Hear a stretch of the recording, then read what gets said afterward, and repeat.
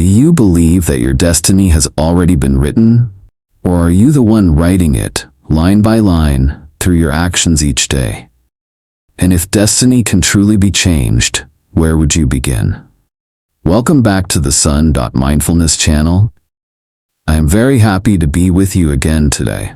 This is the place where we share Buddhist stories, lessons about karma, and the path of mindfulness. May each story bring you peace, health, happiness, and blessings in your life. If you find meaning here, please subscribe and continue this journey with us. In life, some people work hard all their lives yet never feel fulfilled. Others seem to have very little, yet live in peace and contentment. Why is that so? Is it because destiny was already decided for them, or is it simply the result of what we have planted in the past and present? In today's video, I will tell you a profound story. A story about a poor man, a kind king, and a mysterious shadow called destiny. This story will help us understand the law of karma, and more importantly, it will give us the key to change our own destiny. So what caused destiny to change? How can a person overcome old karma and rewrite their fate? Please stay with me and listen to the entire story. I believe it will bring you deep reflections and new light for your soul. Long ago, in a distant kingdom, there lived a poor couple in a small, shabby hut. They had nothing except the love they held for each other. One evening, as the oil lamp flickered low, the wife sighed, "We have nothing left to eat for tomorrow. What shall we do?" The husband gently held her hand and said, "Do not worry. Our king is known for his kindness. Tomorrow I will go to him for help. With just a little support, we can buy food and begin working to provide for ourselves." They had no idea that at that very moment, the king, disguised as a commoner, was walking through the village. This wise and compassionate king often roamed the streets at night to see the true life of his people. And that night, he heard everything. His kind heart was moved, and the next morning he summoned the poor man to the palace and gave him a chest of gold. The poor man carried the chest home. He and his wife rejoiced, ate well, and slept peacefully. But the next morning, when they opened the chest, all the gold had vanished. The doors and windows were locked tight. There was no sign of theft. Terrified, the poor man rushed back to the king for help. The king's compassion overflowed, and once again he gave the man another chest of gold. But the same strange thing happened a second time, then a third time. Each night the gold disappeared. That night, the king decided to see for himself. He hid behind a tree near the hut and watched in silence. When the couple had fallen into deep sleep, a strange dark figure appeared, walked straight into the hut, and carried the chest of gold outside. The king drew his sword and shouted, "Who are you? Why are you stealing from this poor man?" The shadow stopped, calm and fearless, and spoke in a low, heavy voice, "I am destiny. This man was born to remain poor. No matter how much wealth he receives, it will vanish. It is the result of his past karma." The king was astonished and demanded, "What past could bind him so tightly? Tell me now." The shadow shook its head. "I cannot. But if you wish to know, travel 60 kilometers to the village at the foot of the mountains. There you will find an old man. He knows the story of one named Marco." Then the shadow disappeared with the chest of gold. Without hesitation, the king mounted his horse and rode through the night. By morning, he reached the village and found an old man sitting beneath a sacred tree. When the name Marco was spoken, the old man's eyes grew stern. "I remember well. Marco was once the wealthiest man in this land, but he was greedy. He lent money to poor farmers with crushing interest. Even when they repaid many times more, he insisted they had only paid interest, never the principal. That year, a drought struck. One farmer could not pay. Marco seized his land, his house, everything. The poor farmer died of grief and despair. A few years later, Marco himself fell ill and died suddenly. That was the end of a man who sowed evil seeds. The king realized the truth.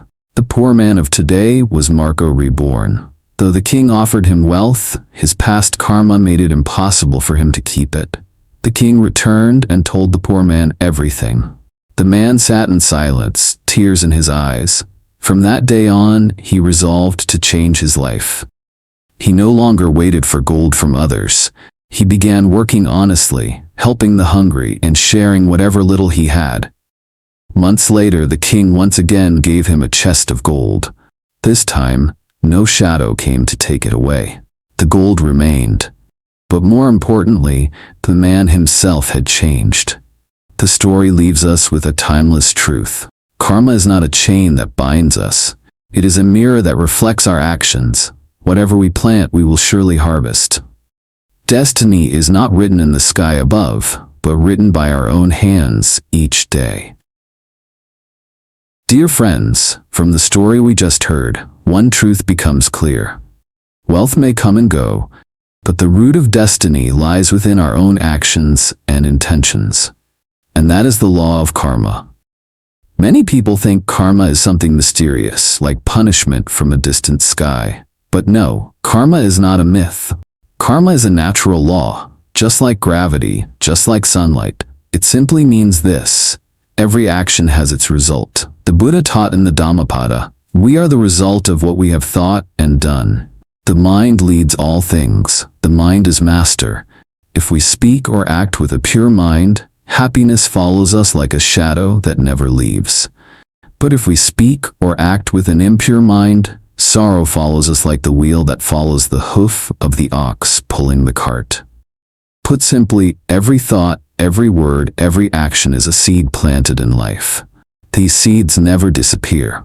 They quietly grow, and in time, they bear fruit for us to harvest. Imagine karma as a garden behind your home. If you plant rose seeds, one day roses will bloom. If you plant weeds, weeds will spread everywhere. No one can plant for us, and no one can harvest for us.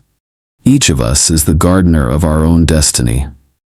For those of us in later years, this truth is even clearer. Looking back, we can see the sweet harvests from seeds of kindness we once planted. A moment of helping someone in need. A comforting word at the right time. A generous heart freely given. And we may also see the dry seasons born from seeds of ignorance, anger, or greed we once sowed. But the most important teaching of the Dharma is this: karma is not a life sentence. It is a fair and balanced law. And that means we always have a chance to plant again, to start again. Even if in the past we planted harmful seeds, today we can begin planting good ones.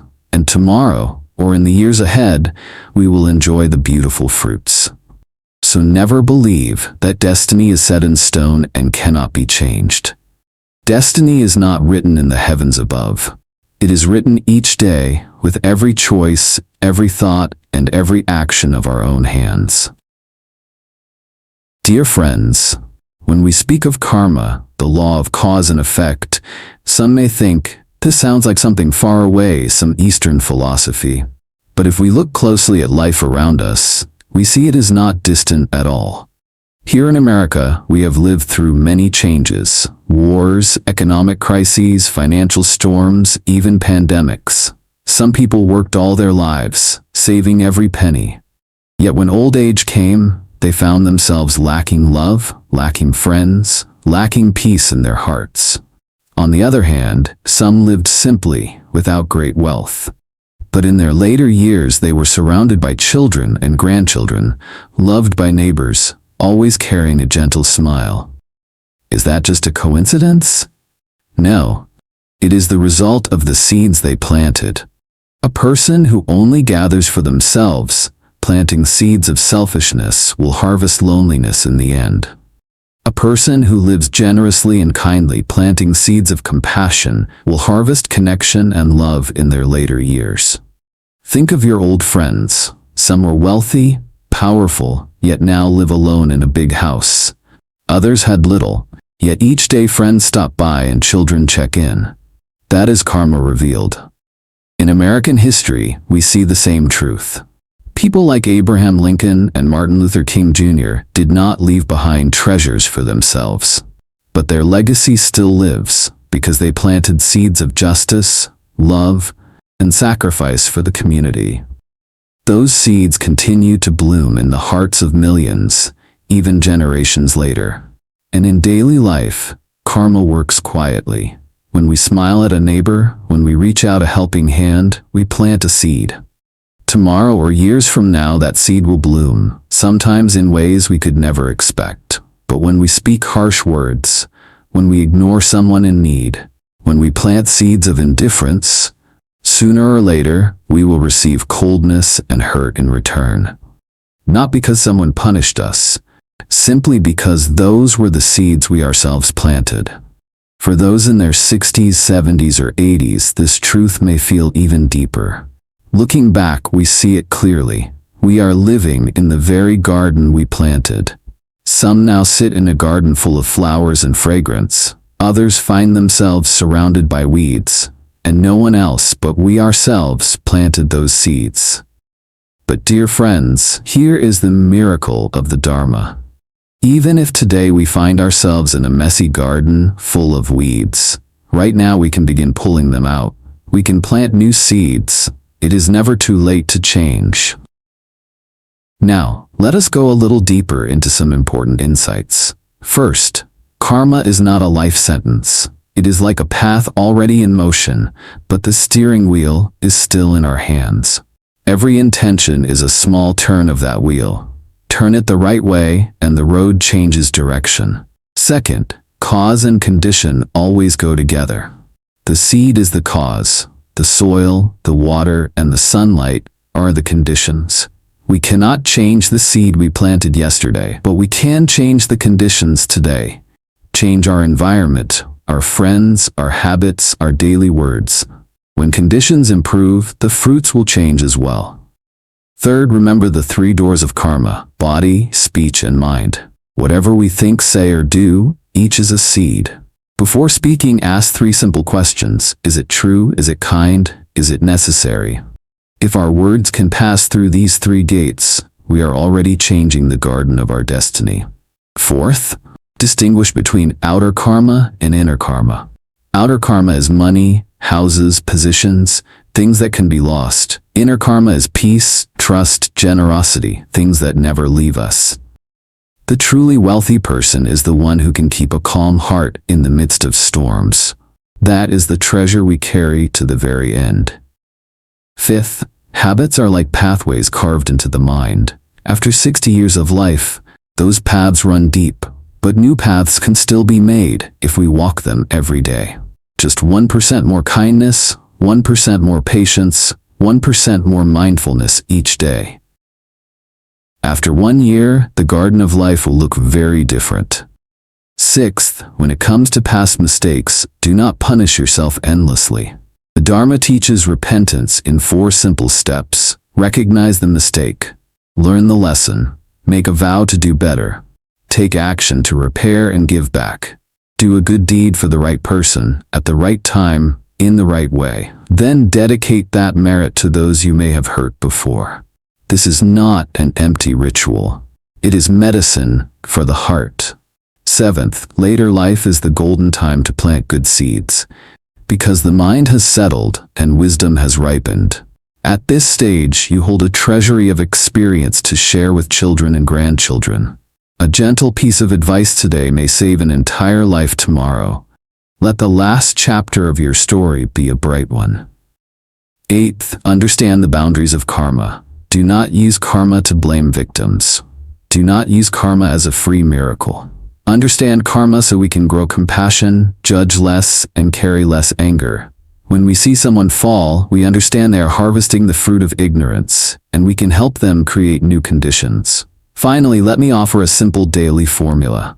Stop. S, stop, pause for 10 seconds. T, take a breath, 3 deep breaths. O, observe your emotions and the thoughts that just arose. P, proceed but speak and act with a calmer heart. And 3 seeds to plant each day. 1 small act of generosity. 1 clear word of kindness. 1 minute of deep mindfulness. And 3 things not to do. Do not blame. Do not hold grudges. Do not close the door to chances of doing good. If we live this way with patience, the course of life will change. No miracles are needed. Only a patient heart and willing hands to plan again and again. And now, if you agree, I will guide you into a short 3-minute practice, right here in this video, so you may feel peace and see good seeds begin to grow, here and now. Dear friends, now I invite you to sit comfortably. If you can, place both feet firmly on the floor and let your shoulders relax. Close your eyes gently or let your gaze rest softly downward. Take a deep breath in, feeling the air fill your chest. Breathe out slowly, letting each breath release the tension in your body. Just 3 breaths like this are enough. Breathe in, breathe out. Breathe in, breathe out.